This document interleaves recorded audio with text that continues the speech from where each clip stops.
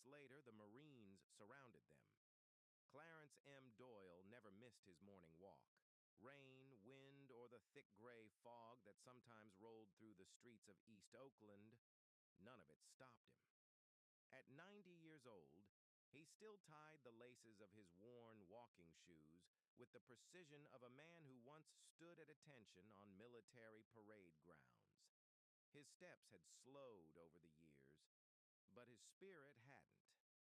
Everyone on 78th Avenue knew Mr. Doyle, not as some distant elderly man in the background, but as a fixture, a neighbor, a storyteller, a Marine. "Morning, Clarence," yelled Mr. Kelvin from his porch, holding a cup of coffee in one hand and a newspaper in the other. "Semper Fi, Kelvin," Clarence answered, tapping the brim of his cap with two fingers. That cap had seen better days, but to him, it meant everything.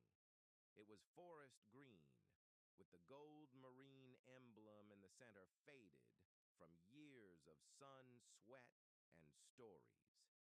He passed the corner store on MacArthur Boulevard, the one where he'd bought his favorite hard peppermint candy. Every Sunday, the owner, Raj, left a small paper bag waiting for him at the counter. No charge. Today, Clarence paused outside the store, adjusted his glasses, and took a moment to rest against the lamppost. His joints ached more than usual, but he never complained. In fact, he rarely said anything negative. Not after what he'd seen during the war.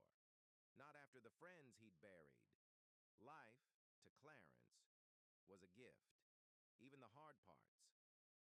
He smiled at a little girl riding a pink bike, training wheels clattering over the sidewalk. "Be careful now," he called. "I will, Mr. Clarence," she smiled back. Small moments like that filled his walks. They were like bookmarks in the long story of his life. Clarence turned the corner and waited patiently at the crosswalk. The red hand blinked above. He stood still, hands behind his back like always. That's when he heard it. Laughter. Young voices, loud, rowdy, coming fast behind him. It wasn't unusual to see teenagers around. Sometimes they spoke to him, asked about the patch on his jacket, or asked if he really fought in a war. He always answered.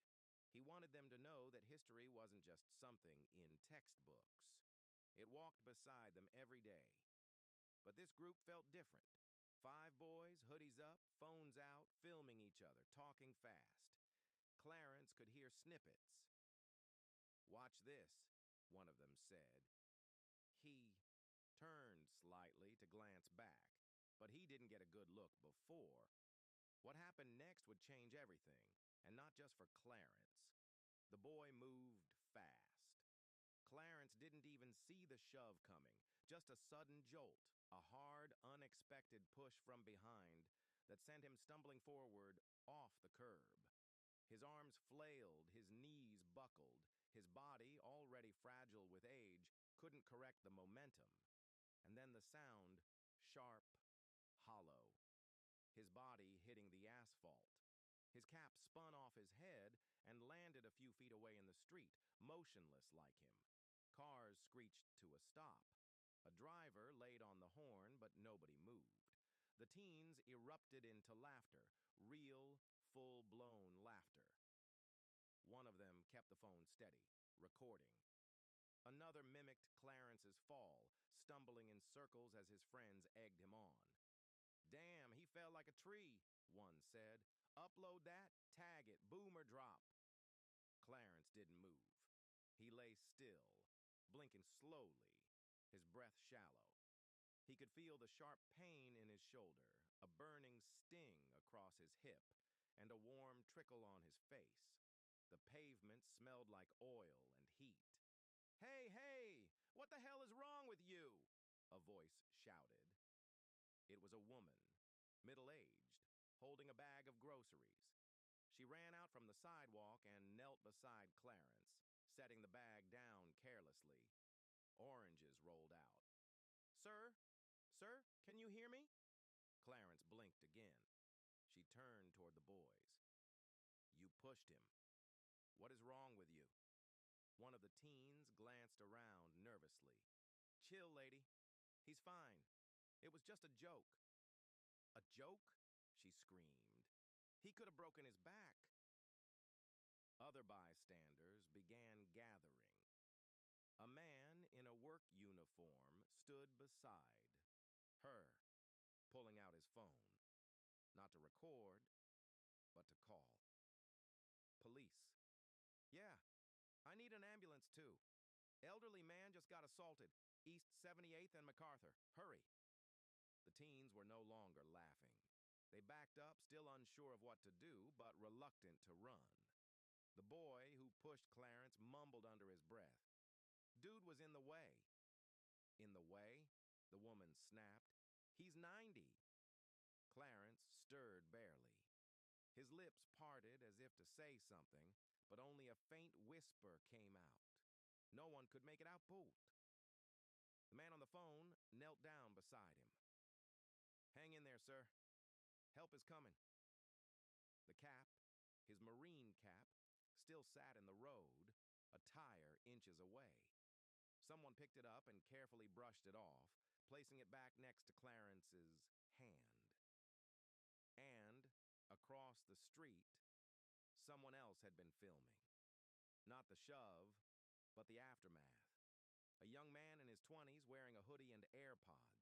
He hadn't stepped in, not at first, but he saw what happened and he knew exactly who Clarence was. He stopped recording, opened his group chat, the one with the old guys, the OG Marines thread. He typed 2 words.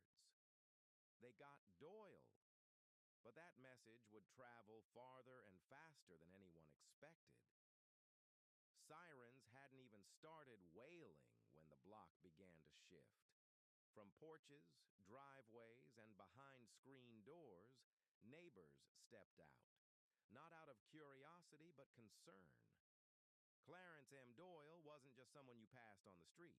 He was a thread in the fabric of this community, a reminder that real strength didn't always come from loud voices or fast hands, but from showing up every day, quiet, steady, consistent. Martha, a retired school secretary who lived 2 houses down, stood frozen, with her hand over her mouth. "Is that Clarence?" she asked no one in particular. Her voice trembled. "Did they hurt him?" Another neighbor, Jorge, walked briskly toward the scene, having left his car idling in the middle of the road. "They better not have touched him," he muttered.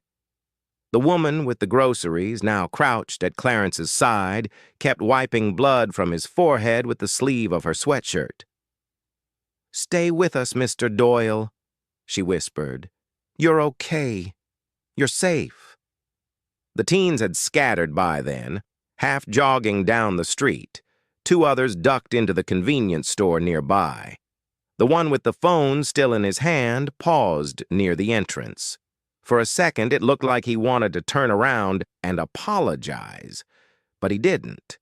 He followed the others inside. Someone had taken a picture not just of Clarence on the ground, but of the group just after the shove.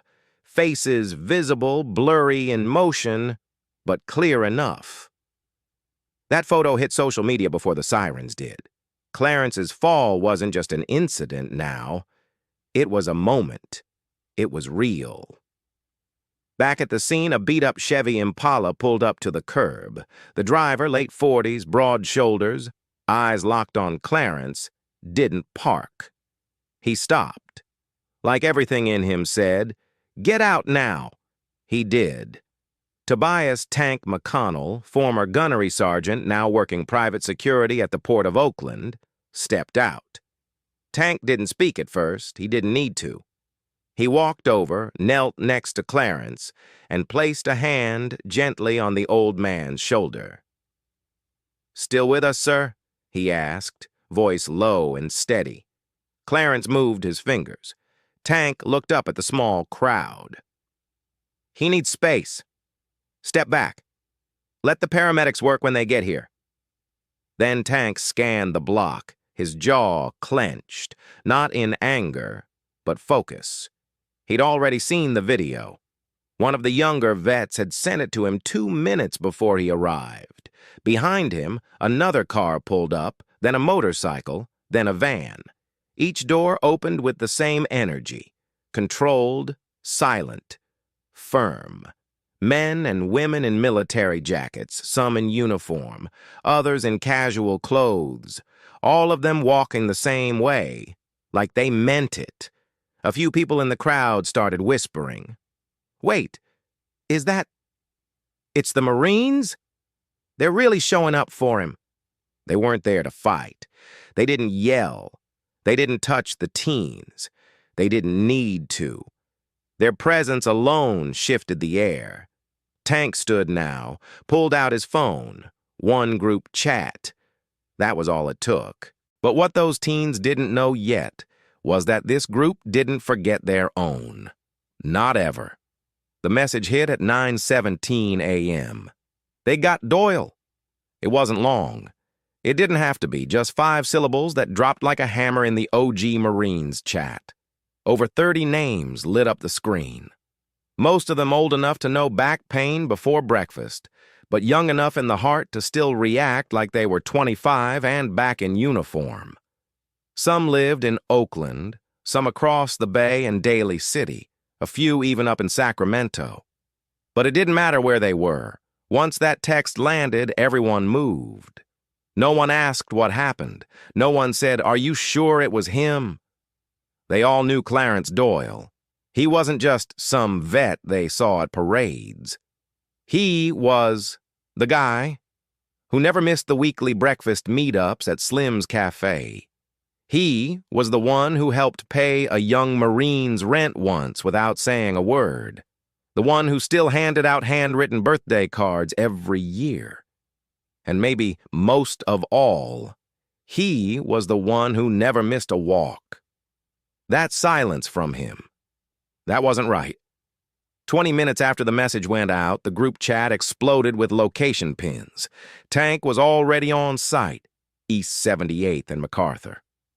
He's down. Ambulance en route, teens involved. No theatrics, no emotion in the text, just cold, clean info. But that made it hit even harder. A response came in seconds later. On my way, 10 minutes, ETA, 14 mean. Loading up now. Clarence's old squad leader, now 76 and walking with a cane, sent a single-word reply. Moving. By 9:34 a.m., a loose formation began pulling up on the block. They didn't come in formation. This wasn't the military anymore. But something about the way they exited their vehicles said discipline had never left them.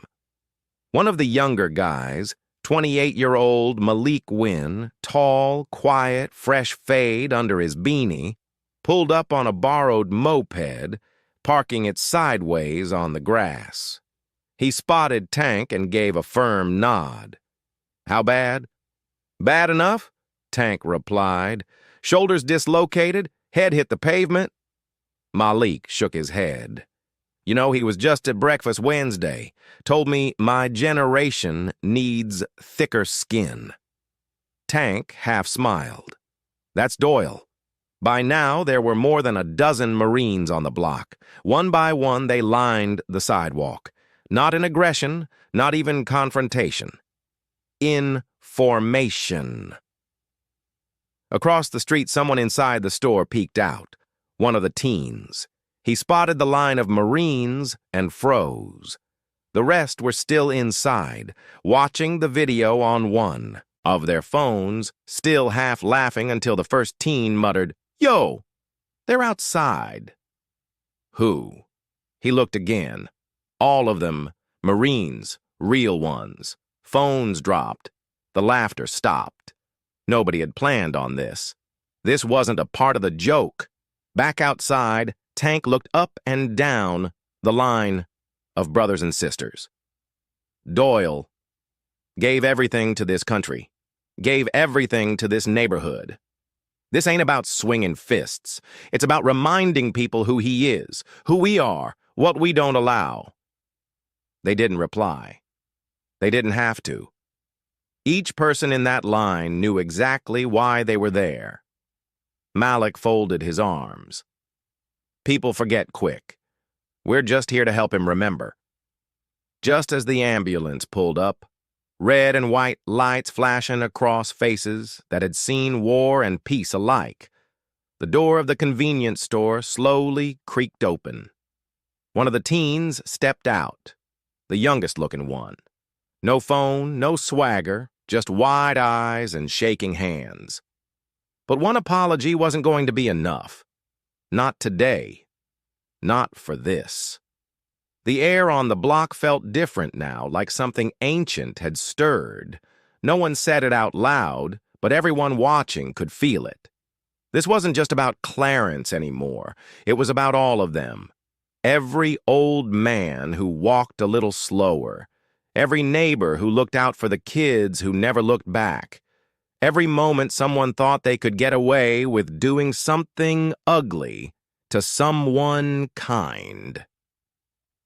Clarence Doyle had been the neighborhood's foundation for decades, and when someone kicks the foundation, walls tend to shake.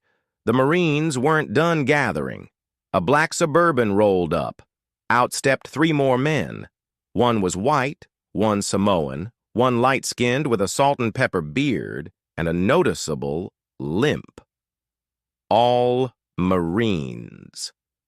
Not all were from Oakland, but they were Doyle's people. The youngest, a guy named Rico Figueroa, barely 30 and built like a linebacker, walked toward Tank with quiet urgency. "Just saw the footage," he said. "That's the man who used to read to my brother at the VA." Tank nodded. "Same man." Rico turned toward the store, his jaw clenched. "They still in there?" Tank didn't look. One came out. Not the one who pushed him. Rico said nothing more. He stepped into the line. Another car pulled up behind them. A woman stepped out this time.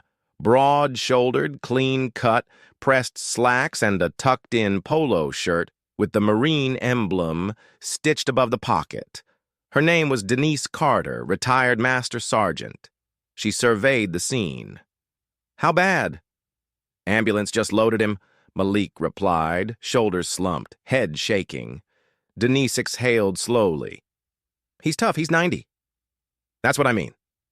By now, nearly 24 Marines stood shoulder to shoulder in front of the store. Some locals joined behind them, not in military gear, but in unity. Young men, old women, kids clinging to parents' legs. Inside the store, the mood had shifted hard. The teens weren't watching the video anymore. They were pacing, fidgeting. One leaned against a shelf of snacks, arms crossed, trying to keep his cool, but his voice cracked when he said, "Why are they here, man? We didn't even hurt him that bad." The one who pushed Clarence said nothing. He just stared out the glass door, at the cap. The same Marine cap someone had placed on the ambulance gurney right next to Clarence's hand. He'd seen it before. A few weeks ago, walking home from school, he'd passed Clarence by the bus stop. Clarence had waved. The kid didn't wave back, but he remembered the cap. It wasn't supposed to go like this. Not really. He thought it would be funny, a little video. Something for a quick laugh. But now there were grown men and women standing outside in absolute silence. No yelling, no threats. Just standing, watching it all. And that was worse. The youngest of the group, Ty, just 15, spoke first. "We should go out there." "You crazy?" one snapped, but Ty stepped forward anyway. His hand trembled on the doorknob. Outside, the Marines shifted slightly. Not threatening, just attentive. Ty pushed the door open. He took 3 steps out. The block went quiet again. He looked up at the row of people in front of him, tried to speak, couldn't. Tank took 1 step forward, just one. "You pushed him." Ty swallowed. "No, it wasn't me, but I was there. I laughed. I filmed." "Then speak up." Ty looked down at the ground. "I'm sorry. But a sorry isn't enough. when respect was thrown into the street like trash. Ty stood there, frozen, all eyes on him. And for the first time that day, silence actually weighed something. He looked small, not just in size, but in truth, like someone who realized he might have cost more than he ever meant to spend. Tank didn't raise his voice. He didn't have to. You laughed while a 90-year-old man hit the pavement. That funny to you? Ty shook his head. Then where's the one who pushed him? Ty hesitated. He looked back over his shoulder through the store's glass door where the others were watching but not moving. Tank turned to the line.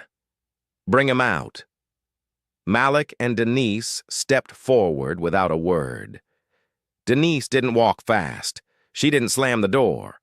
She just opened it, stepped inside, and locked eyes with the kid still holding the phone, the one who shoved Clarence. "Let's go," she said. He stiffened. "I didn't mean to hurt him. I didn't—" Denise interrupted. "You shoved him. Own it." He stayed frozen. Malik stepped in, taller than everyone in the room. Calm, quiet. "We ain't here to beat you. We're here to help you understand what you did. It is not the same." That hit the boy. His name was Raheem, though most people just called him Ree. He lowered his eyes, and finally, he walked out. Not with a sense of pride, not even with courage. Just wait. Clarence's cap still sat beside the curb. Ree glanced at it as he stepped forward, now standing next to Ty. Rico stepped up beside Tank, watching Ree like he didn't know whether to forgive him or fold him. "Name?" Rico said flatly. "Ree Raheem Jennings." "Raheem? Why?" "I don't know, man," his voice cracked. "I didn't think... It was just a video. I didn't think he'd fall like that." "You didn't think?" Tank repeated. "I didn't think he was that old." Tank's eyes narrowed. "He's 90.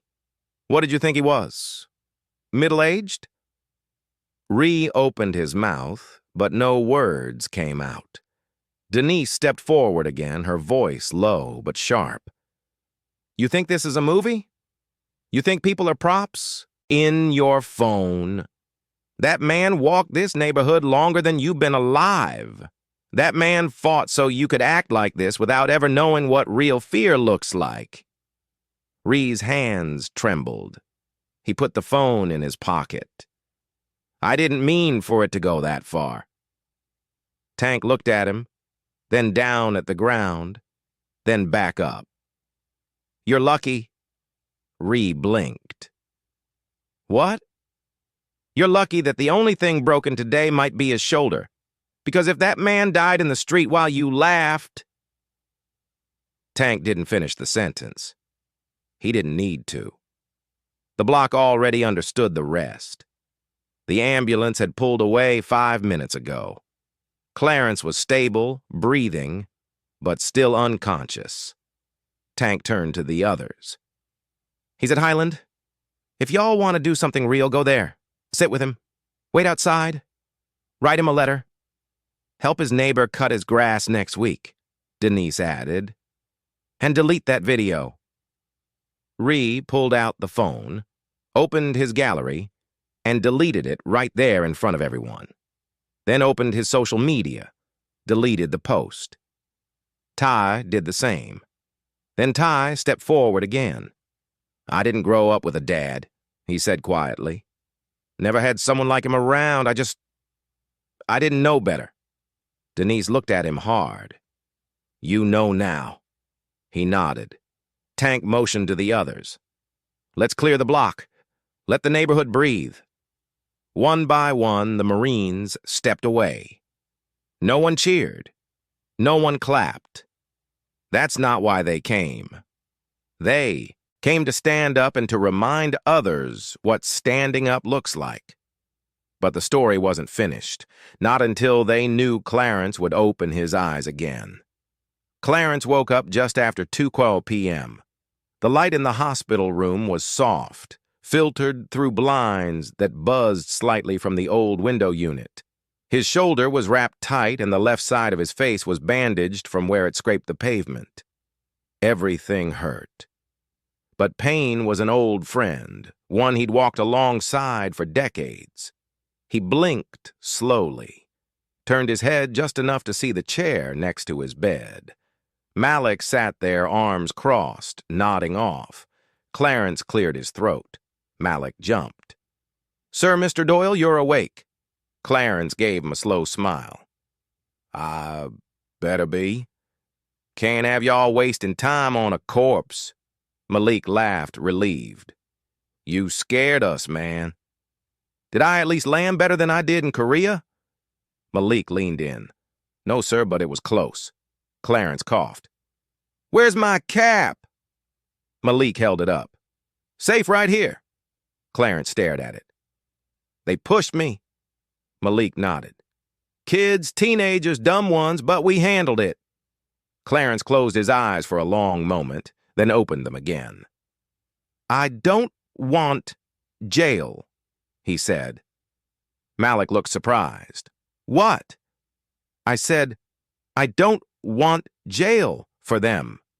Mr. Doyle, they shoved you into the street, and I've had rifles pointed at me from less than 10 feet. A shove don't make them monsters. It makes them lost. Ain't the same." Malik shook his head. "You're different, sir." Clarence shrugged with his good shoulder. "They need consequences, not cages. Real ones. Make them face what they did. But don't lock away their whole lives because of one moment of stupid." Malik didn't answer. He just looked at the man in that bed and realized for the 100th time what real strength looked like. By the next morning, Clarence had over 50 visitors. Some just sat outside the hospital with coffee and folding chairs. Ree and Ty showed up too. They didn't walk through the main entrance. They came around the back, unsure if they even had the right to be there. But Malik was waiting. He handed them both a folded piece of paper. On it was a schedule. Yard work, grocery drop-offs, VA transport runs, a community service. Real community service. And at the bottom, you don't get to say sorry and walk away. You show up like he always did. They nodded. 2 days later, Clarence returned home. His porch had been swept. His lawn was trimmed. Someone had left a new box of peppermint candy on the doorstep. When he opened his mailbox, there were letters, dozens of them, from kids he'd helped, Marines he hadn't seen in years. Strangers. One was from Ree. Handwritten. A full page. Clarence didn't say much after reading it, just folded it, tucked it in the brim of his cap, and went outside for a walk. Slower now, careful, but still walking. Neighbors waved, cars stopped, and on the corner of East 78th and MacArthur, someone had painted something new on the sidewalk in bold letters. Respect the walk. But Clarence wasn't walking for attention. He was walking, because that's what he'd always done. Keep moving, no matter what. 3 weeks later, Clarence sat in his favorite chair on the porch. Same cap, same jacket, same slow sip from a chipped mug filled with strong coffee and a splash of cream. Life didn't go back to normal. It adjusted. People waved longer now. They crossed the street to speak instead of nodding from a distance. The teens who once walked by with earbuds in now stopped to say, "Good morning, Mr. Doyle." Ree came by every Friday to mow the lawn. Ty sat on the porch with him once a week to talk, not because he had to, because he wanted to. One afternoon, Ty asked him, "Why'd you forgive us so fast?" Clarence looked at him, thought for a moment. "Because someone forgave me once, too, a long time ago. We don't grow if nobody gives us space to change." Ty sat with that. "You don't think we're just bad kids?" Clarence shook his head. "I think you all just didn't know better. But now you do. That's when choices matter most. After you know better. The Marines didn't come around every day anymore. But when they did, It wasn't to protect Clarence. It was to sit, talk, laugh, to be around the man who reminded them why they wore the uniform in the first place. And the neighborhood, well, it remembered too. That moment when silence stood stronger than shouting, when no fists flew, but truth hit harder than any punch. What happened to Clarence Doyle could have been another forgotten clip buried in timelines and tossed in a sea of content. But it wasn't. Because people stood up. Because respect isn't optional. It's a responsibility. Because when someone who's walked before you stumbles, you don't record it and laugh. You lift them. And when you mess up, truly mess up, you don't run. You show up. Don't wait for someone else to do the right thing. Be the one who steps in. Be the one who protects. Be the one who remembers. If you've ever had someone in your life like Clarence, someone who showed you what integrity looks like, reach out. Tell them what they meant to you. And if you haven't, be that person for someone.